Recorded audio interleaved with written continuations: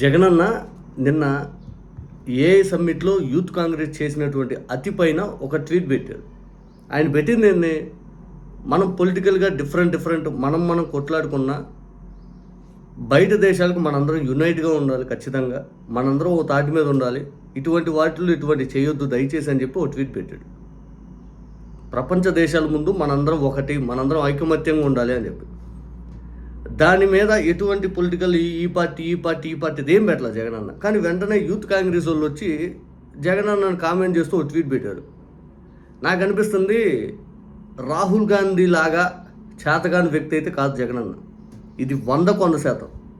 ఎందుకంటే రాహుల్ గాంధీ 3 టర్ములు అవకాశం వస్తే కనీసం అతి దారుణంగా కొట్టమిట్లు ఆడుతూ ఉన్నాడు. 100 సీట్లు దాటడానికి కూడా 3 సార్లు కూడా. ఏ రాష్ట్రంలో ఆయన ఎవరెవరు నాయకత్వాన్ని ప్రోత్సహిస్తున్నాడో ఆయనకే తెలియకుంది. తెలంగాణ చూడండి, టీడీపీ నాయకుని తీసుకొచ్చి నిజమైన కాంగ్రెస్ వాళ్ళని తొక్కేసుకునే ఘటన. ఆఫ్టర్ రాజశేఖర్ రెడ్డి గారు చనిపోయాక కాంగ్రెస్లో ఆ పార్టీని నిలబెట్టే నాయకుడు ఒక్కళ్ళే 2 తెలుగు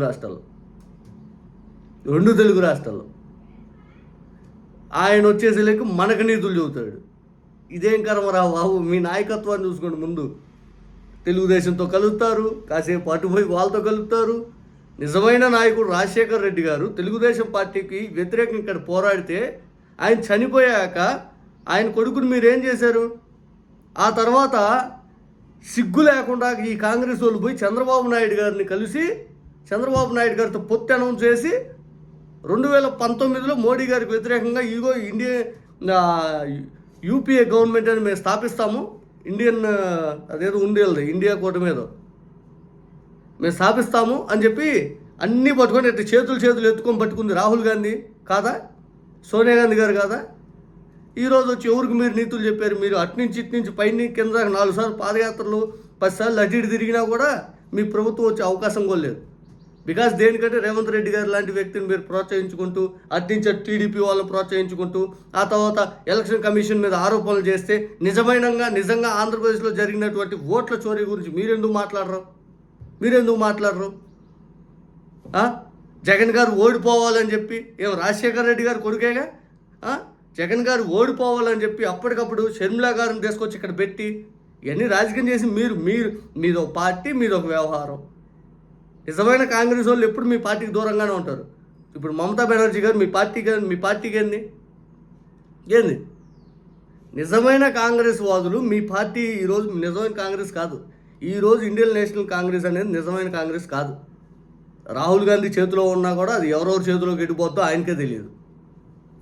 వీళ్ళు పెడతాడు tweet, dear Jagan, your father our proud leader late Shri YS Rajasekhar Reddy dedicated his life to fighting communal, divide and compromised forces.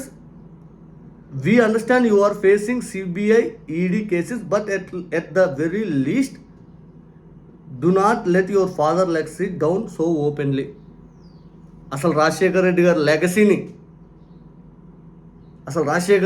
లెగసీని మీరు ముందు నాశనం చేయాలని చూసింది.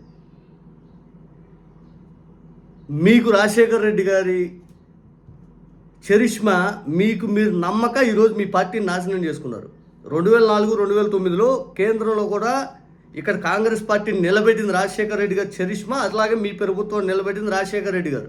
ఇది మా బలం రాజశేఖర్ రెడ్డి గారు ఎవరు అని చెప్పి అతికిపోయి టోటల్గా 20 సార్లు ముంచి లేపుకున్నారు మీరు మీ పార్టీని. ఈరోజు రాజశేఖర్ రెడ్డి గారు లేకపోతే మీకు కనీసం 10 సీట్లు కాదుగా, ఆంధ్రాలో కనీసం 20 సీట్లు 30 సీట్లు ఈజీగా వచ్చేయని 5 సీట్లు వచ్చే పరిస్థితికి అయింది. అసలు మీ పార్టీ పరిస్థితి పక్క పార్టీతో అక్కడ బీజేపీతో మీరు అక్కడ కాంప్రమైజ్ అయిపోయి కొన్ని సీట్లు వాళ్ళు కొన్ని సీట్లు మీరని చెప్పి మీరు ఒక్కొక్క రాష్ట్రం ఇంకో పక్క టీడీపీతో ఇల్లు ఎత్తైనా. అసలు మీది ఒక రాజకీయ విధానమా? మీ రాజకీయ విధానం చూస్తూ క్వశ్చన్ చేయాలంటేనే ఆశ్చర్యంగా ఉంది. అసలు మీ కాంగ్రెస్ పార్టీని క్వశ్చన్ చేయాలంటేనే అసహ్యంగా, ఇంకా చెప్పండి దరిద్రంగా ఉంటుంది. మీ రాజకీయం ఏందో, మీ రాజకీయ విధానాలు ఏందో చూడట్లా. ములాయం సింగ్ యాదవ్ కొడుకు కూడా నాకు తెలిసి మీరు చేసిందని సపోర్ట్ చేయలే ఈ ఏఐ సమ్మిట్కి. మరి ఆయన మీ ఇండియా కూటమిలో ఎందుకు ఉన్నాడంటే బీజేపీకి యాంటీగా ఉన్నాడు కాబట్టి ఉన్నాడు. మీరు గత్తిందే రేపు పొద్దున్న థర్డ్ ఫ్రంట్ వస్తే అసలు మీ పార్టీని ఈ దేశంలో లేకుండా ఇసిరి పడేసి థర్డ్ ఫ్రంట్ అన్న కట్టాలి. కాంగ్రెస్ పార్టీ అంత దరిద్రం ఈ దేశానికి ఇంకోటి లేదు నిజం చెప్పాలంటే.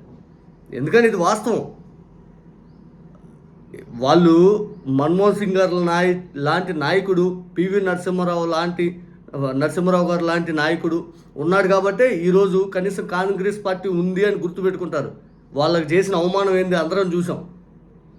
దేనికి అన్నీ ఏంటంటే చెప్పుకుంటా పోతే చాంతాడంత అయిపోతుంది కాంగ్రెస్ పార్టీ చేసినటువంటి దరిద్రం, కాంగ్రెస్ పార్టీ చేసినటువంటి వ్యవహారం, ఇవన్నీ ఎందుకు, దేనికి? మీరు ఒక రాజకీయం 2018 చంద్రబాబు నాయుడు గారిని కలిసినప్పుడు మీ రాజకీయం ఏందో అర్థమైపోయింది. మీకు ఉదాహరణ మీ రాజకీయ నాయకుడికి ఉదాహరణ అని తిట్లు తిట్టాడు చంద్రబాబు నాయుడు గారు మిమ్మల్ని. మళ్ళీ పోయి చంద్రబాబు నాయుడు గారితో బొకేలు ఇచ్చుకొని కలుసుకొని చేతులు పైకి ఆహం ఓహం డ్యాన్సులు వేయటాలు. ఏమైనా ఉపయోగం ఉంది మీకు? ఉండదు.